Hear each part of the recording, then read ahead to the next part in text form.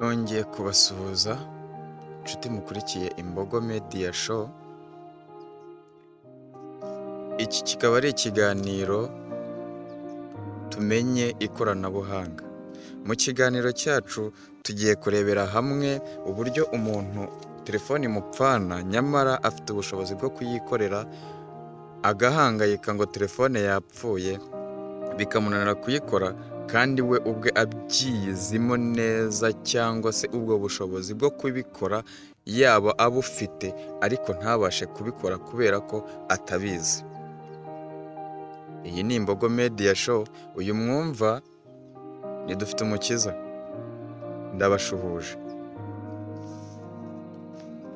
Uyu munsi tugiye kurebera hamwe uburyo telefone yawe mobile cyangwa se telefone igendanwa ushobora kwandikira umuntu ubutumwa bugufi cyangwa se ibyo tuzi nka message mu magambo ahinnye tubyita SMS.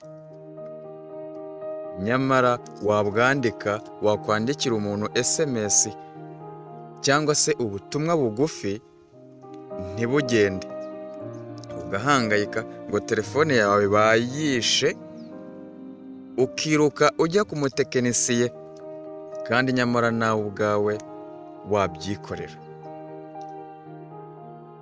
Nkwibutsa wowe utarakora subscribe kuri Imbogo Media Show, kora subscribe, ukore ku nzogera kugira ngo uploadinga ikiganiro yaprodinze uhita ubona ubutumwa bugufi cyangwa se notification, cyangwa mu kinyarwanda ibyo twita amamenyesha ko Imbogo Media Show yaprodinze, bityo nawe udacikwa n'ikiganiro twaprodinze.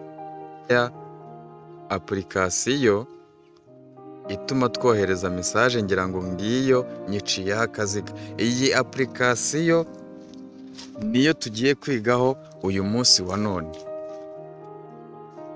Turaza tuyikandeho, nitumara kuyikandaho anga imeze itya, hazazamo ba bantu wagiye wandikira ubutumwa mu gihe byari bitarapfa. Numara kuza urabona hano hepfo cyangwa se haruguru ahantu hari ubudomo butatu, uko telefone yawe ubu budomo butatu nubukandaho igisubizo buzaguha, ngira ngo ni iki muri kukibona, iki nciyeho akarongo harimo ijambo setting, ngira ngo dore ngiri muri kurireba, hakaza n'iri jambo iri rya kabiri,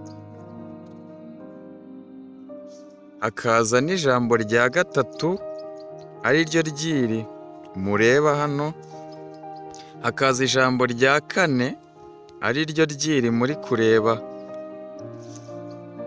Ni ukuvuga ngo aya magambo cyangwa se iki gisubizo cya bwa budomo butatu nicyo tugiye kureberaho.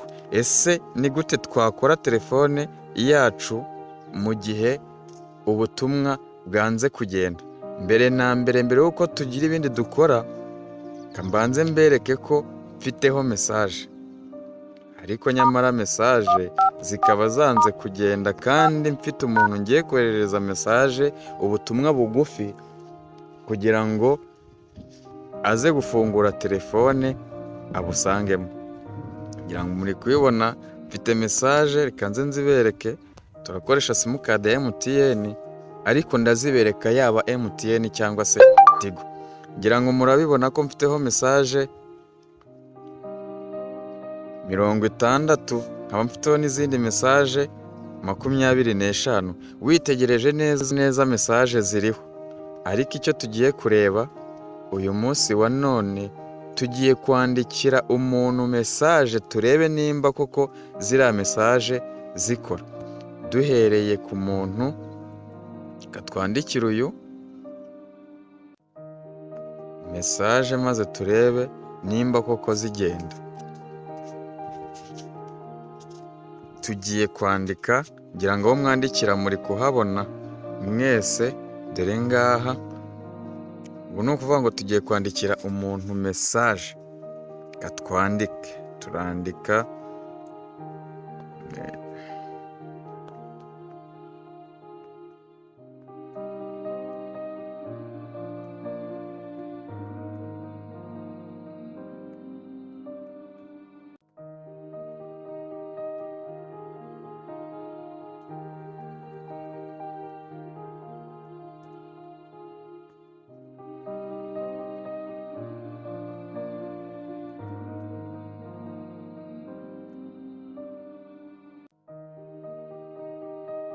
mesaje. Narangije kuyandika, yewe nanayohereje, ngira ngo muri kubibona.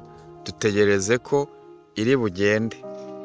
Nkwibutsa ko wowe utarakora subscribe kugira ngo utazacikwa n'ibiganiro Imbogo Media Show ikugezaho.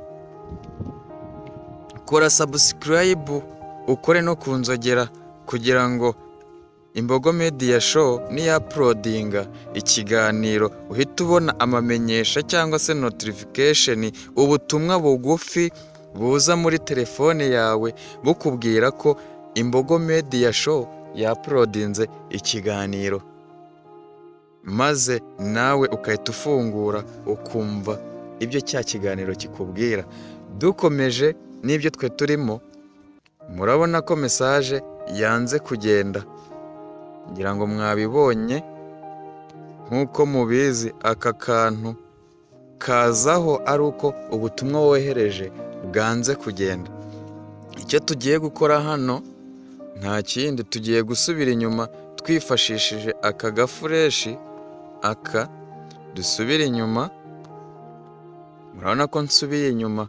Niturangiza tugere hahandi hateraniye abo twoherereje ubutumwa bugufi bwagiye cyangwa se bwanze kugenda bitewe n'uko telefone yawe yagize ikibazo cy'uburwayi, kandi we wakwishoborera kwikemurira ariko ugahangayika, ukaba watanga n'amafaranga bigakunda. Nk'uko nabibabwiye, turaza dukanda hano kuri ubu budomo butatu. Nitumara kuhakanda ya taburo cyangwa se cya gisubizo cy'ubu budomo butatu twasabye, twicyo turi burebe hano, turaza hano turebe kuri iri jambo setting. Iyi setting niho honyine ushobora kwinjirira ukaba wakwica uburyo woherereza mesaje umuntu ntimugereho, cyangwa se ukabikora. Icyo dukora ni ugukanda hano kuri setting, baraduha indi taburo igizwe n'aya magambo muri kureba muri sikirini yanyu. Mbibutsa ko iyi ari Imbogo Media Show. Kora subscribe, ukore no kunzogera niya uploadinga iki kiganiro cyangwa se ikindi kiganiro icyo ari cyo cyose, ubashe kukibona utarinze guhangayika. Uyu mwumva ni Dufite Umukiza. Tumaze kubona ibi bintu, twe icyo turi bukore twihutishije, turaza tuza no kuri text message. Aha honyine, aha niho turi bwinjirire kugira ngo turebe icyateye bwa butumwa bugufi twanditse dutangira iki kiganiro, turebe impamvu bwanze kugenda. Turaza dukoreho, nitumara gukoraho turabona aya magambo muri kureba muri sikirini yanyu, aya ngaya nshiyeho uruziga. Ikibazo nawe uzajya uyikorera. Tugiye kureba icyatumye mesaje twohereje yanga kugenda. Ngira ngo murabona iri jambo ryanditseho SMS service. Iri jambo tugiye kuryemezaho turebe igisubizo. Igisubizo nuko nituryemezaho turi buze ku masimukadi. Aya masimukadi turayifashisha bitewe na simukadi twakoresheje, cyangwa se wowe uri kureba iyi video yanze kukoherereza mesaje kandi nyamara izo mesaje uzifiteho. Twibuke ko muri iyi videwo twoherereje umuntu ubutumwa dukoresheje simukadi ya MTN. Ni ukuvuga ngo simukadi tugiye gukoresha ubu ni MTN. Niturangiza tumaze koherereza umuntu ubutumwa bumaze kugenda, murahita mubona ko bwagiye. Nindangiza ngaruke mbereke no kuri Airtel Tigo. Muri iyi videwo byose turabikorera rimwe kugira ngo ikibazo cyawe nimba wari ugifite gikemuke. Turaza twemeze hano kuri MTN. Muri kubibona ko SMS Service Center nta kintu kirimo. Kambibereke neza. Muri kubibona ko hano nta kintu kirimo, kandi nyamara hano niho ibintu byose byapfiriye. Ibi rero icyo ugiye gukora urandikamo guteranya 25 ni kode igize igihugu cyacu. Ushobora kuba uri koherereza ubutumwa bugufi umuntu uri mu Rwanda.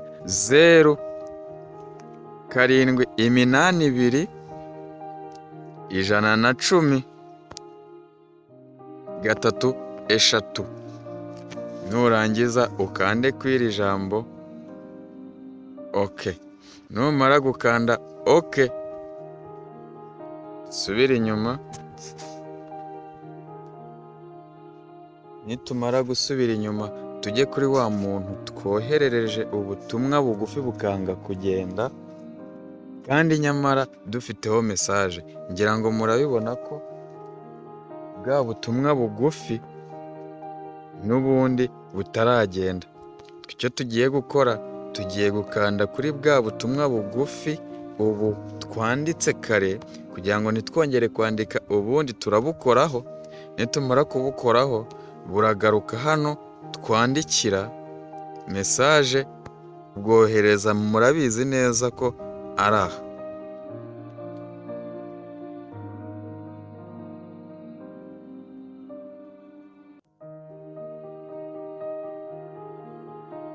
Uri kuhabona ko tugiye kohereza bwa butumwa. Turaza dukoreho. Nitumara gukoraho baraduhitishamo amasimukadi nk'uko twabivuze. Turahitamo simukadi ya MTN tuyemezeho, dutegereze. Ngira ngo muri kubibona ko bwa butumwa bugiye. Dusubiye inyuma gato, nababwiye ko ndi bubereke na Tigo. Nanone turagaruka hahandi kuri setting nk'uko nabikweretse muri videwo dukorera MTN. Tugaruka hano kuri iri jambo twemezeho. Nitumara kwemezaho tuze kuri SMS Service Center twemezeho. Nitumara kwemezaho tuze kuri Tigo. Ngira ngo muri kubibona, gusa Tigo nta message mfiteho ngo mbereke ko yagiye. Naho twemezeho murabona ko naho nta kintu kirimo, ari ubusa. Aha naho turandikamo guteranya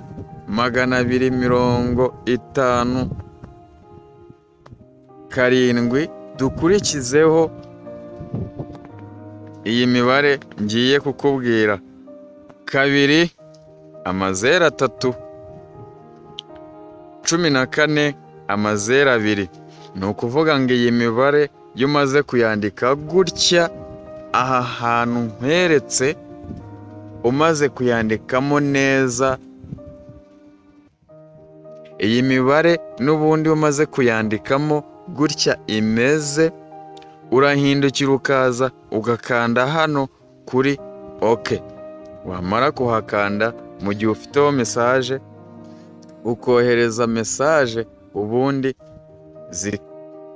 ni ukuvuga ngo ikiganiro cy'uyu munsi kwari ukubereka uburyo dukoresha message cyangwa se twohereza mesaje zikanga kugenda n'uburyo wabyikorera. Uyu wumvaga ni Dufite Umukiza, ndabashimiye.